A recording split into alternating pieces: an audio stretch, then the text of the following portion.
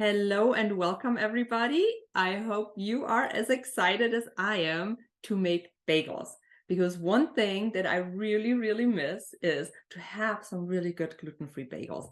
And sorry to say that, bagels are not the same as rolls with a hole in it. And that's usually what you find in the store, and it's not cutting it. Somebody called me a bread snob, and maybe I am a bread snob because I want my stuff to taste good and look good.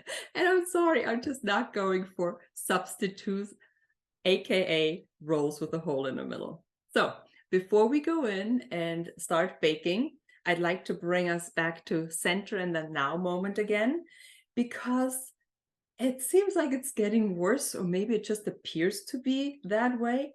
But there's a lot of distraction, there's a lot of nervousness in the air.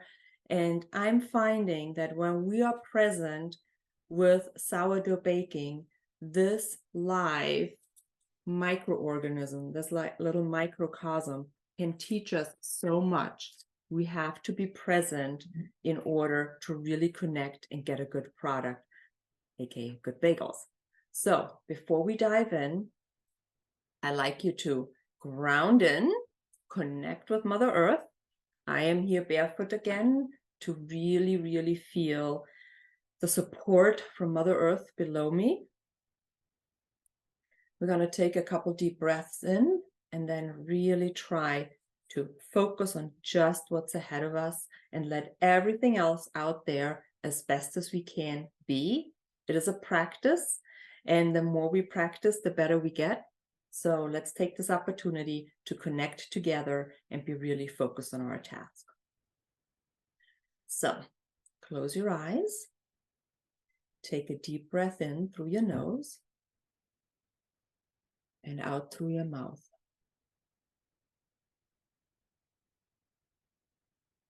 Another deep breath in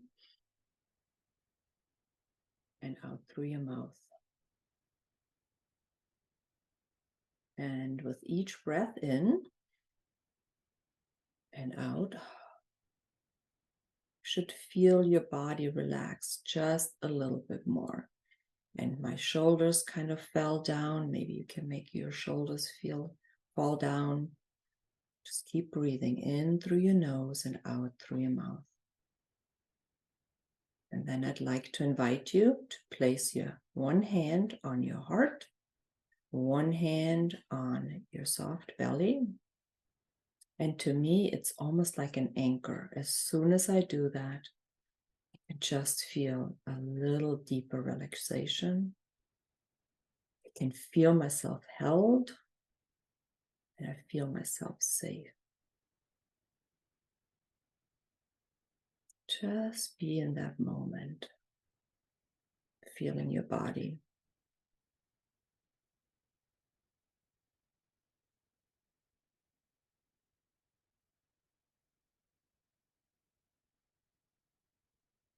You may notice a very interesting sensation in your body.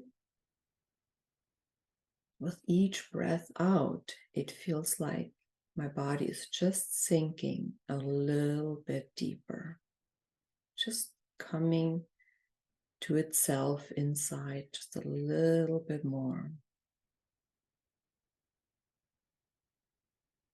Almost like the heel of my foot is connecting even more to Mother Earth. So shifting my connection from the ball of my foot to the heel of my foot, and really use my whole bottom of my feet to connect. Feel into this sensation for a little bit.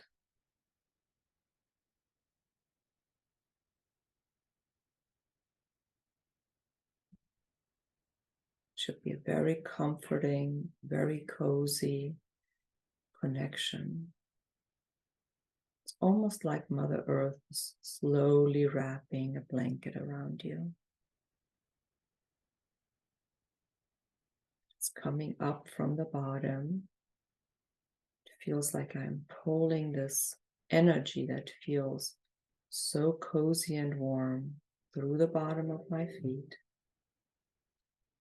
all the way up through my calves, past my knees, my thighs, now into my hips. It's like a spiral coming up, a warm, cozy blanket, wrapping my hips and my lower back. Keep spiraling up around my abdomen, around my chest, my shoulders. And continue to spiral up all the way to the tip of my head. It's like Mother Earth just gave me a cocoon to be present in, to be safe, to be aware of what's happening around me.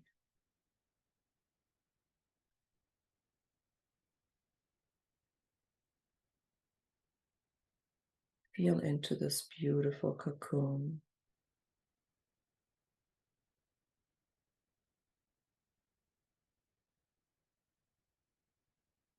So deeply nourishing and safe.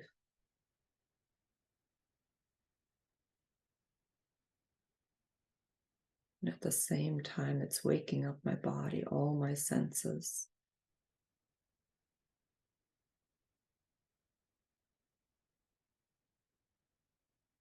It's energizing.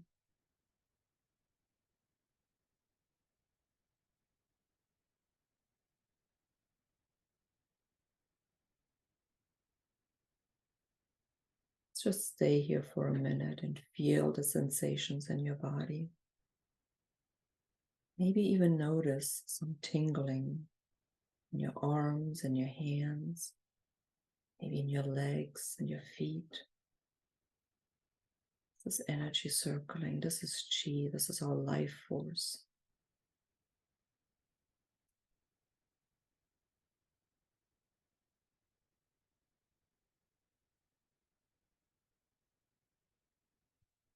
And relax into it. Sunshine coming through into your cocoon.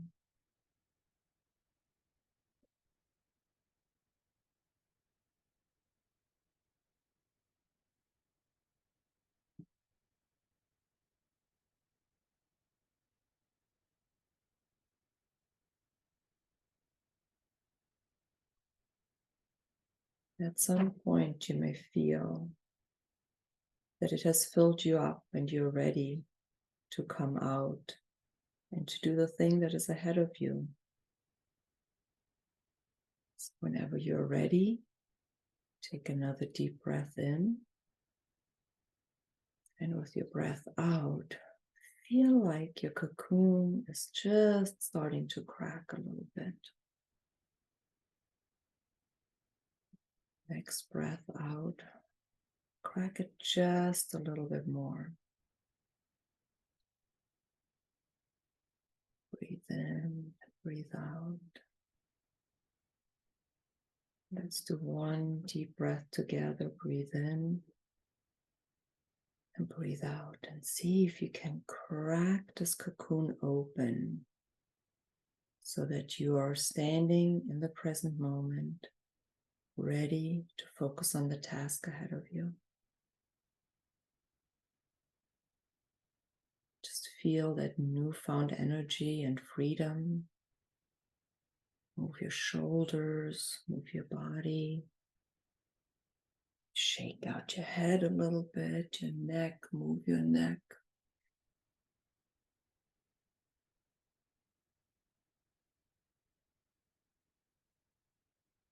Give a bow to yourself and to Mother Earth. When you're ready, you can open your eyes.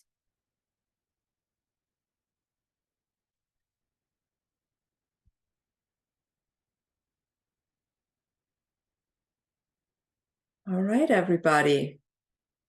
Feeling good? Let's make some gluten-free sourdough bagels together. So, with the bagels, I have found that it's really, really hard to shape them if we just use xanthan gum. And you know that I am a little partial to xanthan gum because it's a lot easier on my digestion, and I found on the digestion of people that have some issues like SIBO that don't do well with psyllium husk. Even though psyllium husk is so prominent right now in all the sourdough bread baking, gluten-free sourdough bread baking. So here's the thing. You can't really form a good bagel without the gel-like substance that psyllium husk turns into when you make a dough. If you go only psyllium husk, and the recipe that you have gives you the option of only going with psyllium husk, if that's what you prefer, it makes it very easy to shape. But as like with everything in life, there's the easy way or there's the difficult way. The easy way is easier, but sometimes it just doesn't work as well. And what I mean by that is if you make your bagels with only psyllium husk, they will be a little denser. They will not pop up as much and get this nice airy feeling, but they will be a lot easier to form. So what I've done was I've brought it down in this recipe as low as possible with psyllium husk so it can still be formed. It's a little trickier and it's a little stickier, but the bagel is so much airier and just a lot more like a true New York classic bagel. So I'm going to show you today how to make it with a combination of the minimum amount of psyllium husk to let us shape it and the xanthan gum to get the airiness. And with adding some xanthan gum and cutting down on the psyllium husk, it will also help us to keep them a little fresher, even though bagels you're supposed to eat on the same day or maybe toast up. So we are going to start with mixing up our liquids first because we need the psyllium husk to gel. And for this, we are going to take a separate bowl, not the bowl of your KitchenAid.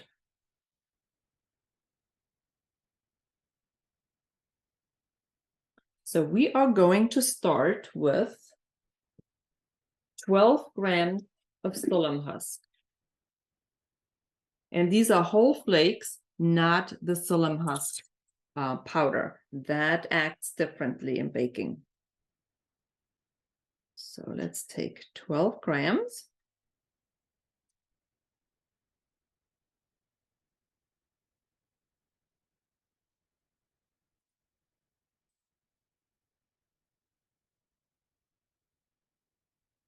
And to this, we are going to add 360 grams of water.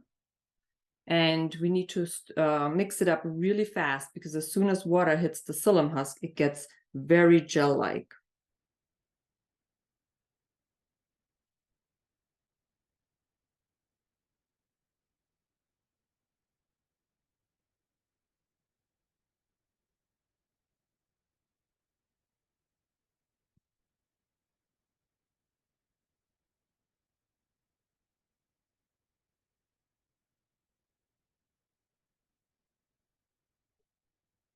Just really stir it right away.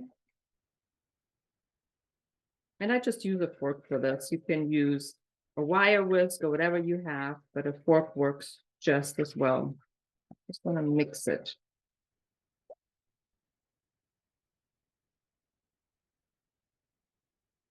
All right. And to this mixture, we're going to add our 20 grams of maple syrup. So the recipe is actually similar to a bread recipe, just a little different.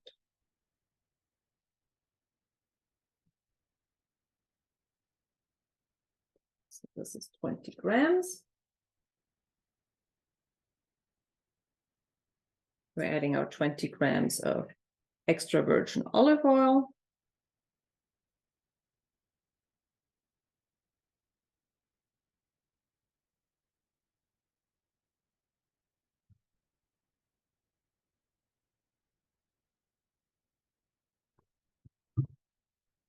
And then this recipe uses 150 grams of starter. So it's a little more than we normally use for bread, but a little less than our discard recipes.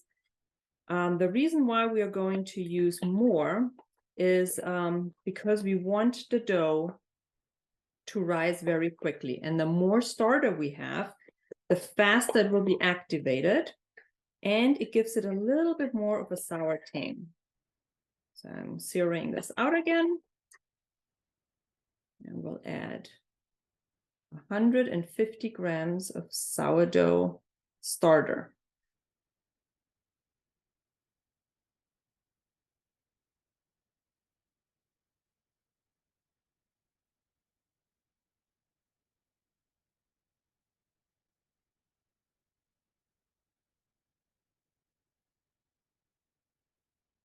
A little bit more. There we go, 150. And then we'll just mix this all up.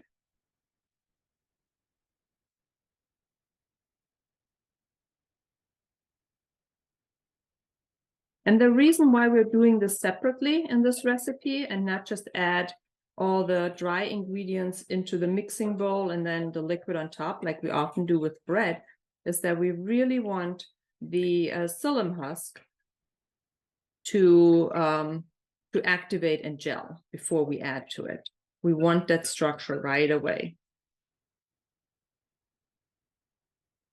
It doesn't have to be perfectly mixed. Like my olive oil today doesn't really want to mix in too well. That's okay. Here we go. So that's better. So this is what it looks like, just a nice little solution. We are going to set this aside for later. And now let's measure our dry ingredients. And for that, I'm going right into my mixing bowl.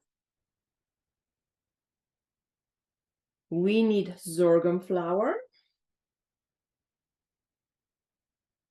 And as you may know, I really like the Indian flour. I have played around with some other flours and they truly work differently in a recipe. So if you're using something else and the consistency is not quite the way I show you, you may have to adjust the amount. So for this, it's 140 grams.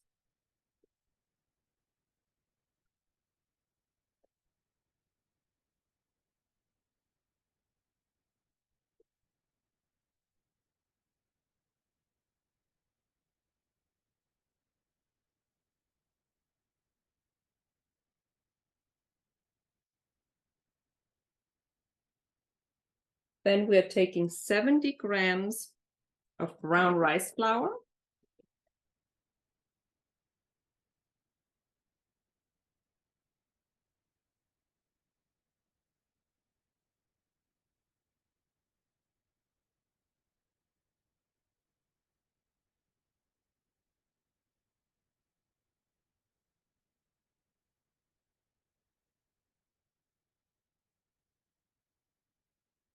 I'm heating up my water to boil my bagels later.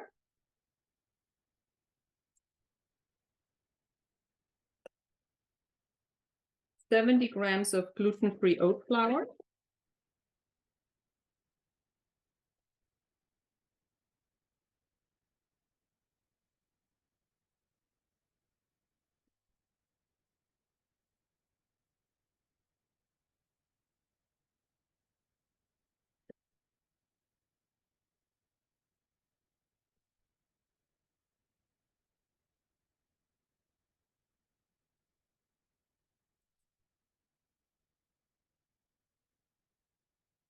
And then for the bagels, we only use 50 grams of potato and tapioca starch.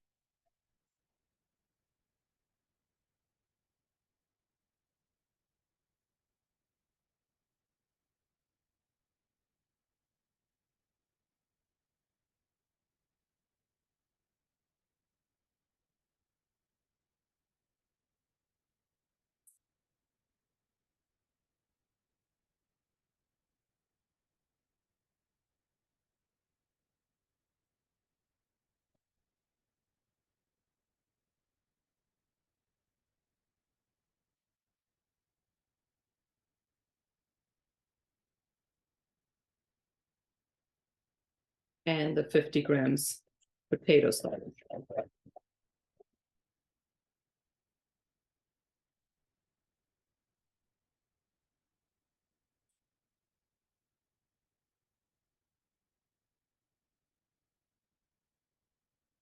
I guess that was a little too generous here right now.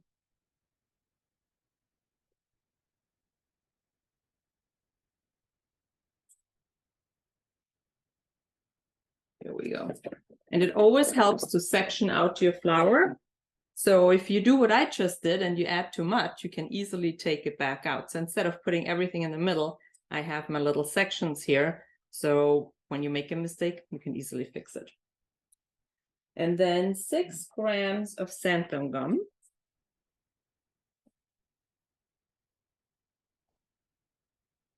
And remember to zero out your scale in between.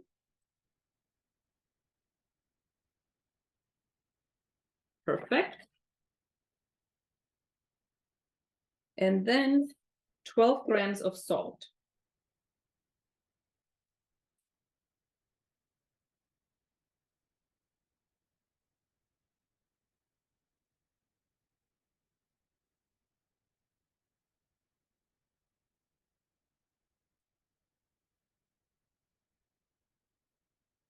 And that's it for our dry ingredients. Then we'll mix it with a rubber spatula before we combine everything.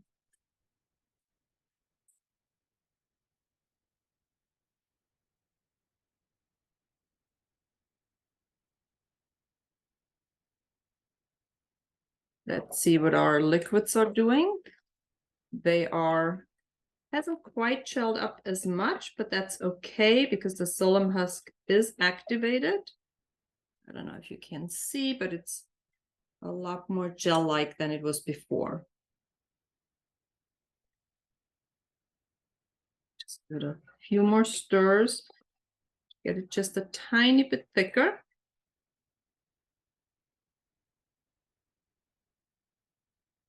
Here we go.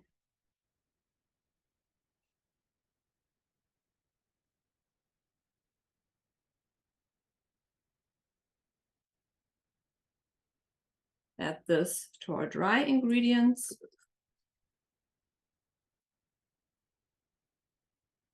Use your rubber spatula to get everything out.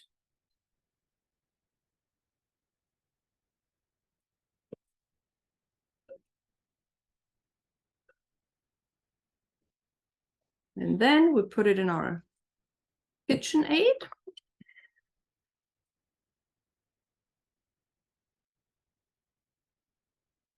We'll use the dough hook.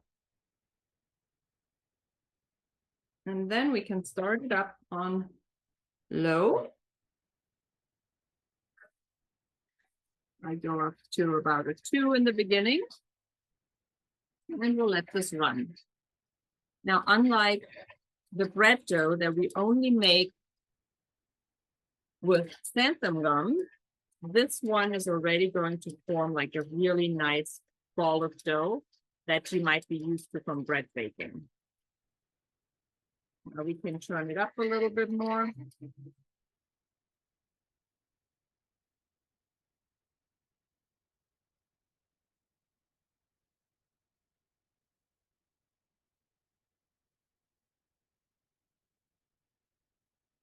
It still fascinates me to watch dough form. There's just something really special about it.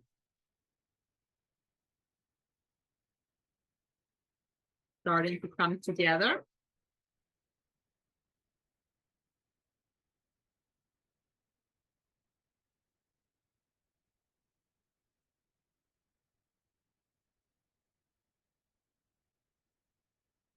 Just let it run a little bit more until it's homogeneous and it forms a really nice ball.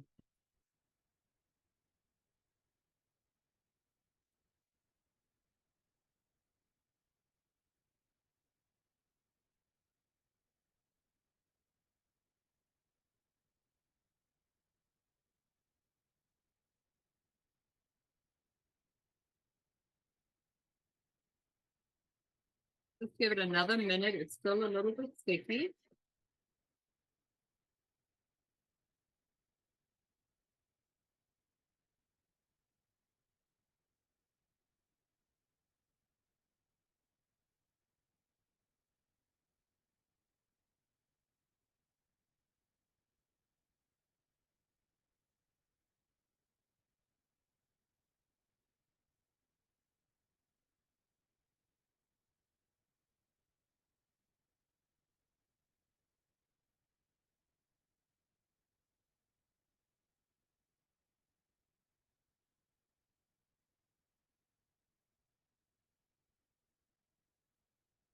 So if you're following me along, I would say let yours run another couple of minutes, but mine is close enough. So I'm going to stop it and show you what it looks like.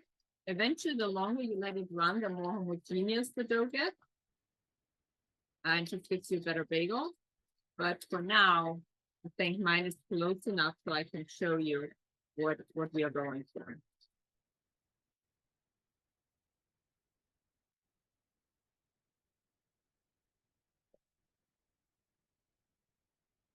So this is what we have. It's a lot stiffer than some of our bread recipes, but it's still sticky.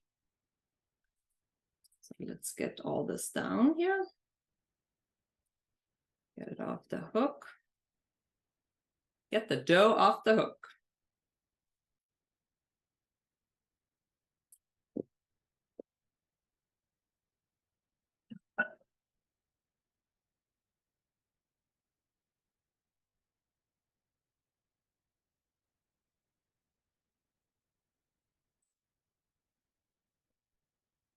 So it has still a little bit of a tackiness to it, but it definitely can be formed.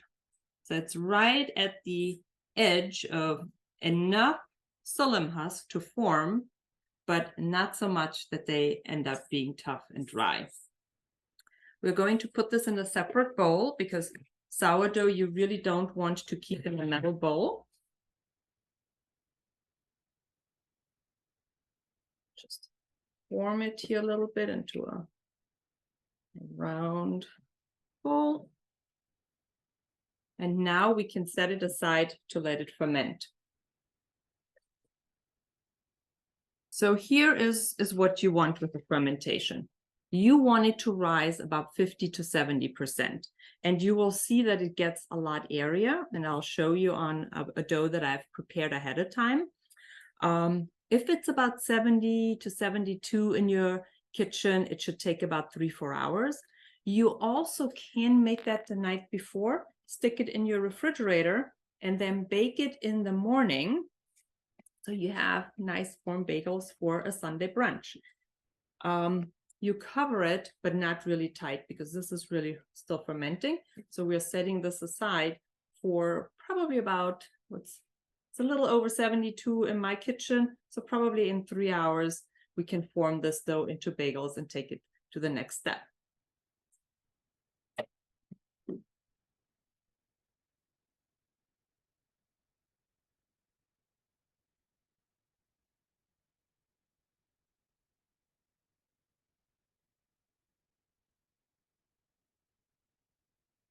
And so that you don't have to wait that long, I prepared a dough for you. It's just a little puffier, not much, just a little bit. And this is half the amount of what we just made because I took half of it and formed them for you so I can show you how to boil them. So this is half. That means we are going to get 4 bagels out of them. And in order to do that, normally when I make like cupcakes or so, I'm not very exact how much dough goes in each cupcake form. But with bagels, I tend to measure that because I want to make sure when I boil them, they all boil the same way. And when we bake them, they all bake through the same way. So I actually weigh them. And each clump of dough should be about 120 grams. I am taking a plate and my scale so I can weigh my dough so I know that I have the right amount. And before we start, I'll put just a little bit of brown rice flour on my work surface. We don't need a whole lot, but it is sticky. So I'm going to coat my hands a little bit with flour, take out my dough, and you can see it has some air bubbles here. So this has been actually fermenting overnight in the refrigerator, and it's just perfect when you do it this way. And if you have a bench scraper or a chef's knife, try to kind of cut it in half and then in half again. And then we'll see how close we were in weight. This one seems a lot less. Oh, actually it's 118. That's close enough. This one is a little heavier. Now it's 120. We'll cut this one. This one needs a little extra. This one needed the extra part. And then this should be 120. Perfect.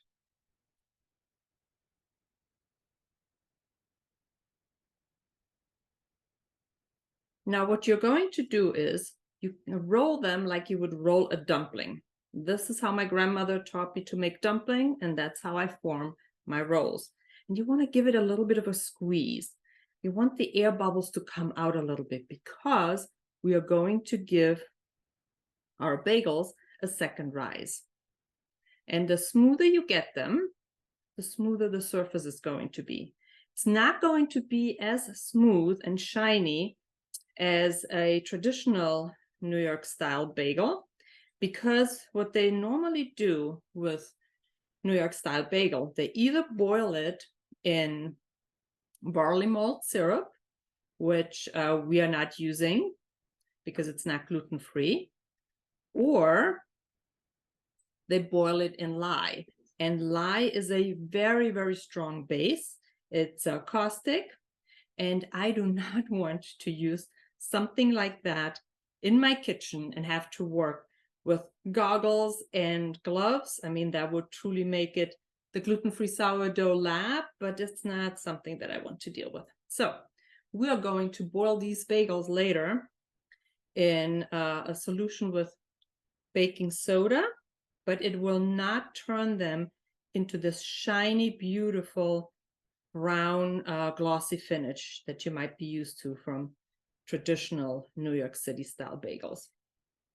So there are different ways to shape bagels. You could roll them out into a kind of like a log, a string, roll them and tuck them in. I found that doesn't work that well. I prefer to actually poke a hole into it. And because that dough is so sticky, instead of using my finger, you can use your finger. I use the end of a wooden stick. I just poke it in. And then you form the hole for your bagel. You can shape them. And now I need my cutting, my sheet, my baking sheet. We cover that with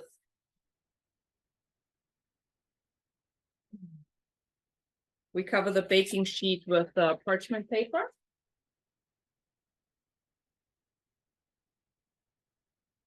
And we'll place our bagels on a parchment paper covered baking sheet.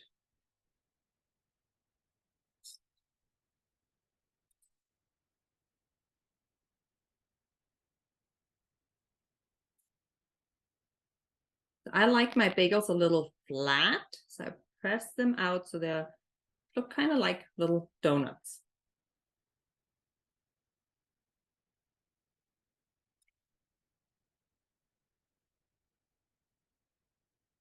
You can obviously shape them whichever way you want. Some people like a really big hole in them.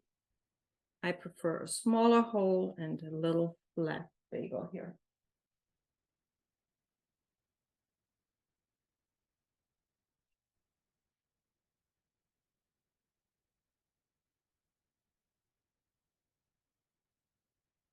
And I find it works really well with a wooden spoon, much better than in the past when I just used my finger.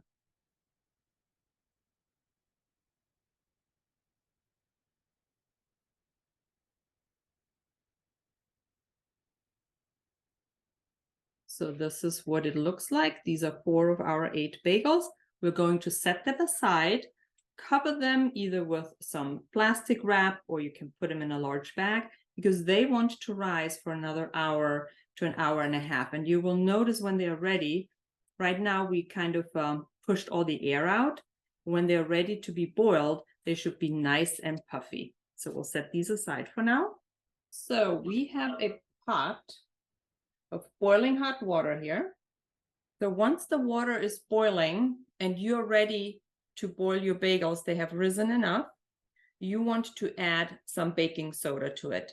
And for this one, this is 10 cups of water. We add 2 tablespoons.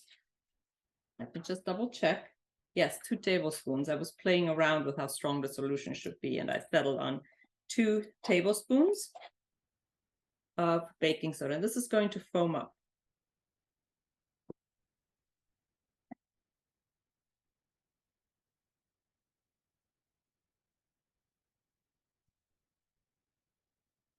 So this is a safe substitute for the lye bath.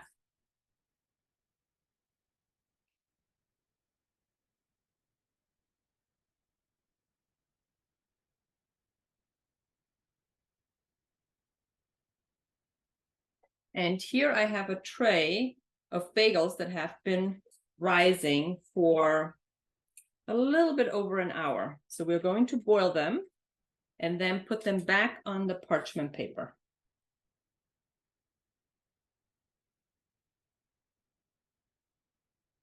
Now you can use a slotted spoon, or if you have a kitchen spider, that works really well. I don't have a kitchen spider, and my slotted spoon keeps a little bit too much water on the bottom. So I found that this spatula actually works really well in getting the bagels in and out. And this water just needs another second to get really hot.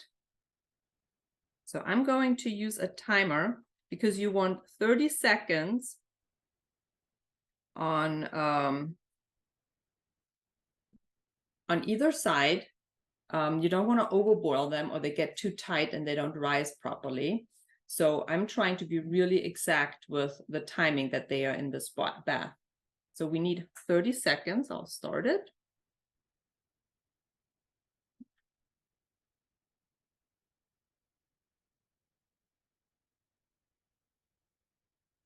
And all you do is you take your bagel, and they're fairly airy. So just go with a light hand and drop them in. They will float.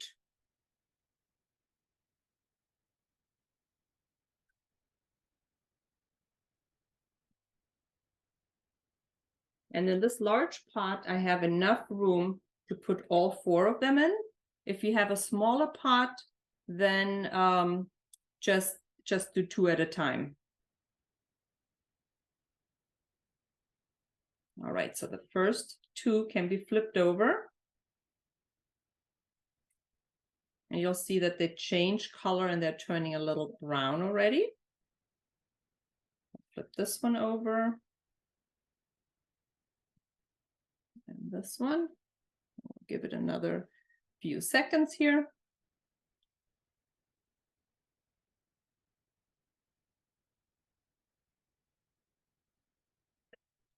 Right, they had their minute in their water bath. Get all the water off.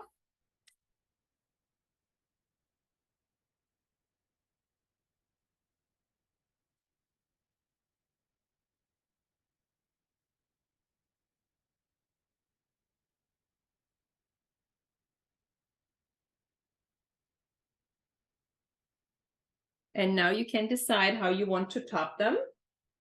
I like some everything bagel season. You can just sprinkle that on top of a couple.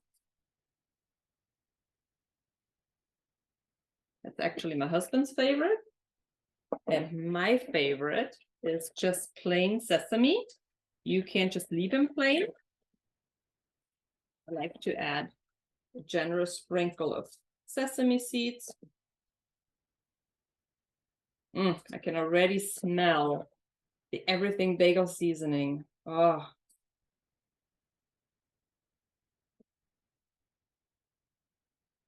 Use your hands to just press them in lightly.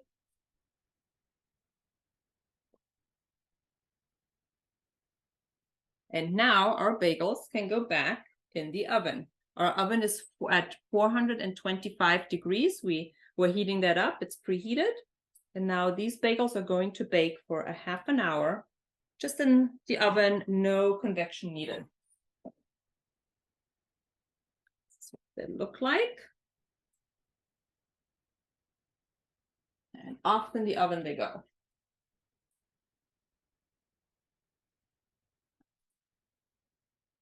And this is all there's to it to actually make some really good gluten-free sourdough bagel. So stay tuned. I'll show you the finished product once they come out of the oven. So our bagels have been in the oven at 425 degrees for 30 minutes, and it's time to take them out. So let's see what we got.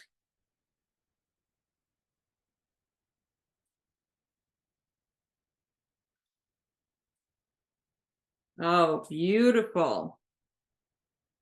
All right. Now we are going to put them on a cooling rack.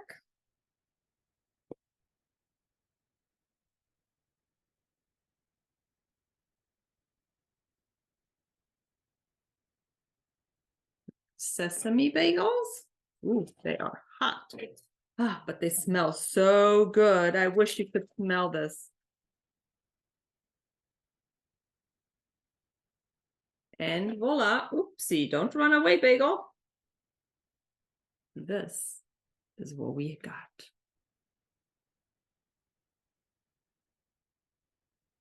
And if they weren't that hot, I would take a bite right now, but they are really, really hot. But they smell like heaven. So enjoy and let me know how yours turn out. I just wondered, you made a hole with a stick. Mm-hmm. Would it grow? Will it open in during the baking, or if you want a bigger hole, we should make?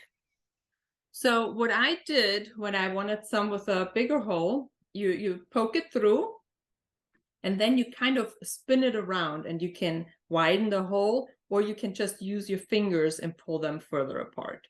We kind of tend to like the smaller hole, but you can just use the stick to make a larger hole. Oh, okay. Yeah, you just form it like any other dough. You can kind of just mold it and pull it out a little bit more. Okay, sounds good. And I probably, when I will prepare it, it will go to the refrigerator the first time. So like 10 to 12 hours, it's okay? That's what I did. I made it last night. It went into the refrigerator at 10 o'clock, and it literally stayed in there until 9. At 9 o'clock, I took it out, took half of the dough, and preformed the bagels so they can rise at the kitchen counter. The other half I put back in the refrigerator, and it still had a beautiful consistency. And do you work with it immediately after, or do you let it get warm like for about half an hour or something like that? No, In the room temperature. I worked with it right away because you have that second rise stage. So it rose already overnight in the refrigerator. You saw how spongy it looked on the surface where it was cut through. When we take it, actually squeezing out all those air pockets anyways. It's fairly easy to work with it when it's cold. You just form your bagels, make your balls, form your bagels. Then you put them on the tray and you let it rise for another hour to an hour and a half, depending how warm it is. And that's then the point where you boil it. So you have that whole hour and a half to warm up, to rise, so you don't have to worry about it. Okay. Can we use the same recipe for buns, for example? They're going to be too tight, so too chewy. You can try it, but it's different from an Israeli bagel. Israeli bagel is closer to a roll. The New York style bagels, they're a lot chewier. They're crispy on the outside, but chewy on the inside. So for a roll, we'll use a slightly different recipe, and it'll come. So next time we're going to do the focaccia next month. The dough for the roll is going to be similar to focaccia. Okay, sounds good. Yeah. Sounds good. Okay then.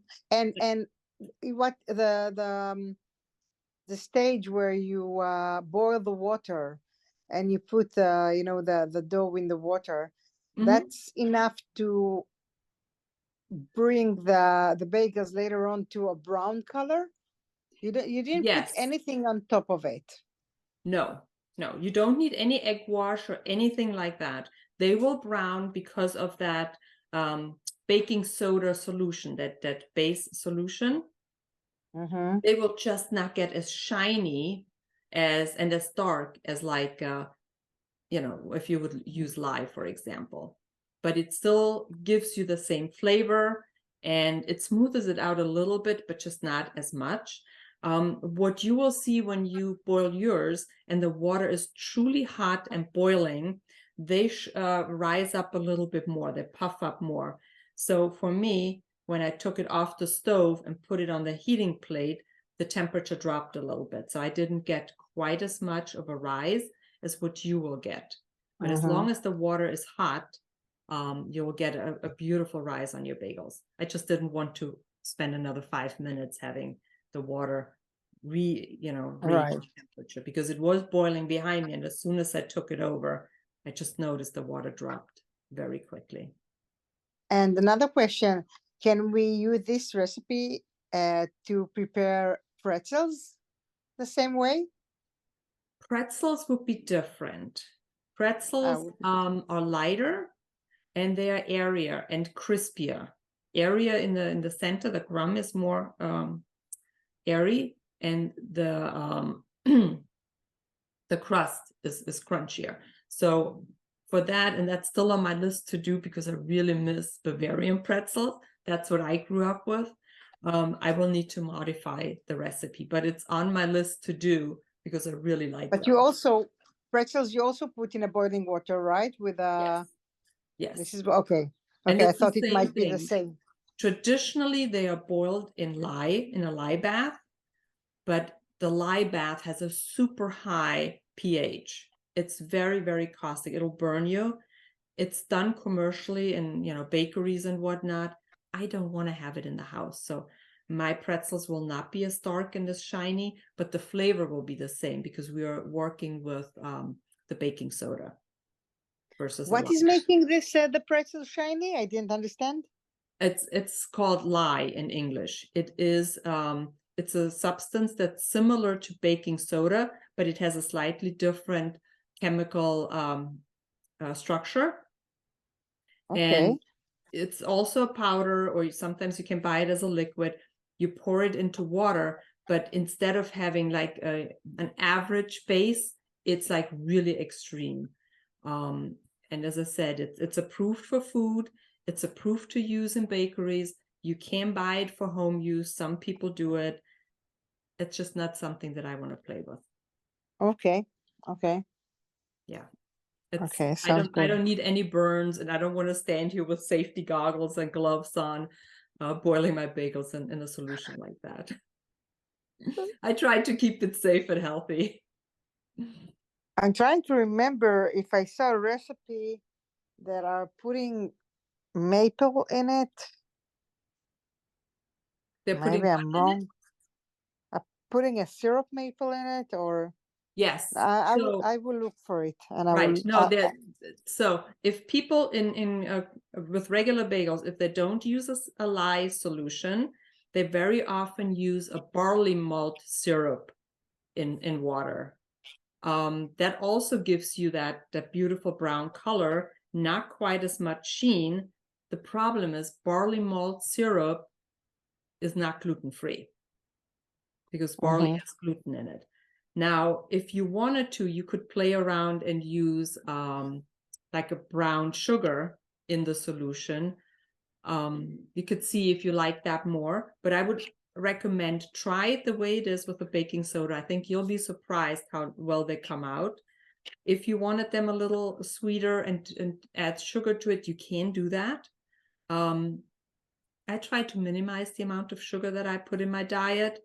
I like the bagels without the sugar. I don't really care that much about the color, so I'd rather not do it. But if that's what you want to do, if you want to try it, by all means, just add a little bit of sugar to it, like a tablespoon of brown sugar. Okay. Okay. I'll see how it is the way that you showed it, and that and then I'll decide. Yeah. what the girls. Absolutely. I don't like as much as sugar as well, so Right. I I will. think most of my people don't. And as always, I encourage you to play with your food, experiment, see what you like, see how you want to change it.